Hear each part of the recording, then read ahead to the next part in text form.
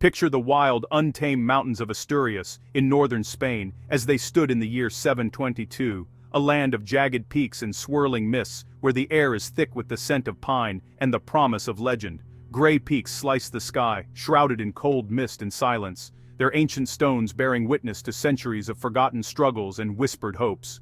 In a narrow, hidden valley, a small band of warriors, no more than 300, prepare for a desperate stand, their armor battered, their faces set with grim determination. Led by Pelayo, a Visigothic noble of proud lineage, these men are the last remnants of a lost kingdom, clinging to the memory of a vanished world. Their world has been swept away by a powerful force from the south, the Muslim conquest, which has surged across the land, toppling cities and kingdoms in its unstoppable advance. Now, they are refugees, driven from their homes, cornered in the rugged Picos de Europa, where the mountains offer both sanctuary and peril. Below in the shadowed valleys, a much larger army gathers, thousands strong, intent on crushing this final spark of resistance. For the invaders, it's a minor nuisance, a mere footnote in their campaign. For Pelayo's men, it's survival itself, the last hope for their people. They've chosen their ground well, the sacred cave of Covadonga at their backs, a narrow valley before them, a perfect trap, where numbers count for less and courage counts for all. They know they can't win a fair fight, but they're not fighting for victory alone. They're fighting for memory, for identity, for the right to exist as themselves in a changing world, for the hope of a future, for the chance that their children might one day walk free in these mountains. They stand ready. This is more than a skirmish. It's the spark of a story that will last centuries, a legend that will echo through the ages and inspire generations yet unborn. Here, in this misty valley, begins the Reconquista, the long, arduous Christian fight to reclaim Spain from foreign rule, a struggle that will shape the destiny of a continent. The fate of a nation, and perhaps all of Europe, rests on these few hundred men, shivering in the mountain mist, waiting for the enemy to appear out of the fog. Their stand is a reminder. Even the smallest acts of defiance, the quietest moments of courage, can change the course of history forever. The silence is broken only by whispers among the men and the cry of an eagle overhead, as if the land itself is holding its breath. The valley narrows. The tension builds, every heartbeat echoing against the stone walls, every moment stretching into eternity.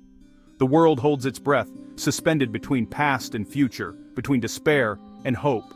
In this moment, the future is uncertain, but hope is alive, flickering like a candle in the darkness, refusing to be extinguished. The story of Spain's rebirth starts here, in the dawn light over the Picos de Europa, where a handful of men dared to stand and dream of freedom. Why does a small mountain battle from 1,300 years ago still matter? What makes this remote place echo through the centuries, shaping the identity of a nation? Covadonga is the symbolic birth of modern Spain, a single spark that ignited centuries of resistance. In the shadow of these mountains, a legend was born that would change the course of history.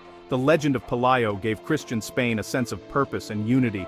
His defiance became a rallying cry, inspiring hope in the face of overwhelming odds. It became a foundational myth, inspiring generations to reclaim their land. The story was passed down, growing stronger with each retelling, binding communities together. The battle's outcome ensured at least one Christian kingdom survived, preserving a vital link to the rest of Europe.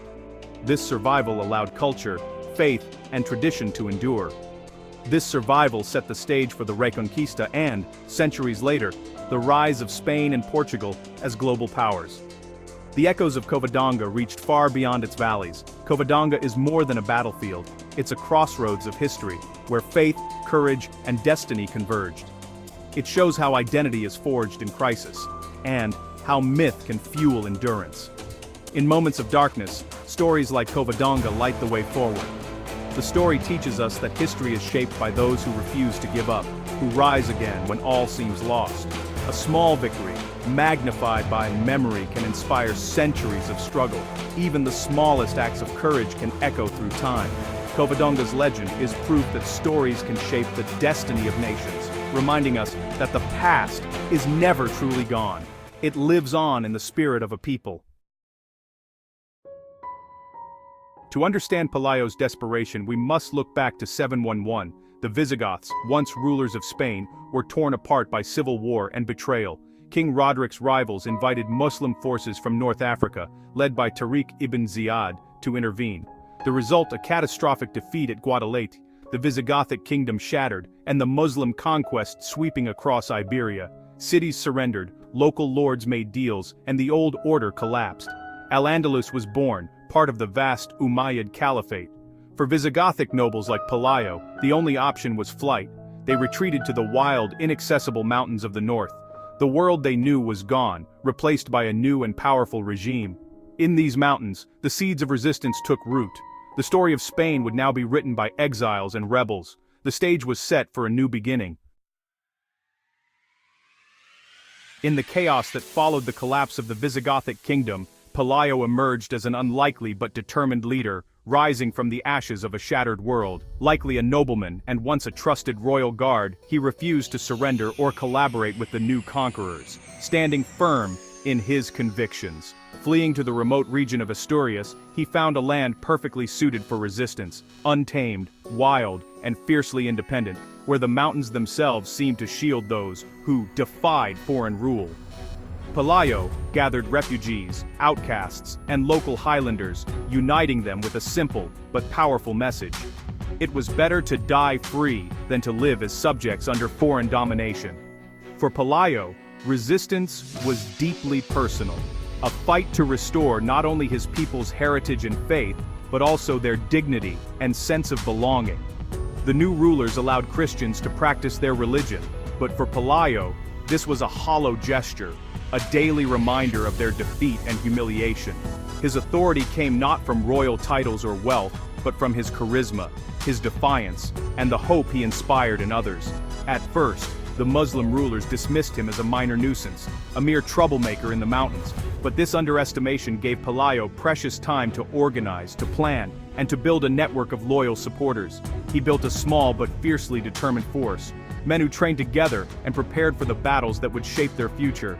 The mountains became their fortress, and Pelayo, its stubborn, watchful guardian, ever ready to defend his people. His rebellion was more than a struggle for survival. It was the birth of a new hope, a spark that would ignite the spirit of resistance. Soon, the world beyond the mountains would take notice, and the legend of Pelayo would begin to spread far and wide. By 718, the rebels in Asturias made a bold move. They elected Pelayo as king. This was a declaration of independence, a new kingdom rising from the ashes of the old. From their mountain stronghold they launched raids and refused to pay taxes. The local governor, Mr.Zooiii, saw the threat growing. Attempts at political compromise failed, making the conflict personal. Reports reached Córdoba. The rebellion must be crushed. In 722, a Muslim army under General Alcama marched north to end the uprising. Though the numbers are debated, even a few thousand soldiers dwarfed Pelayo's few hundred. Pelayo retreated deeper into the mountains, choosing the narrow valley of Covadonga for his stand. The terrain would be his greatest weapon. Hidden among rocks and trees, his men waited. The stage was set for legend. The Battle of Covadonga is wrapped in myth, but its essence is clear, desperate courage and clever tactics. As Alcama's army entered the gorge, they were forced into a vulnerable column.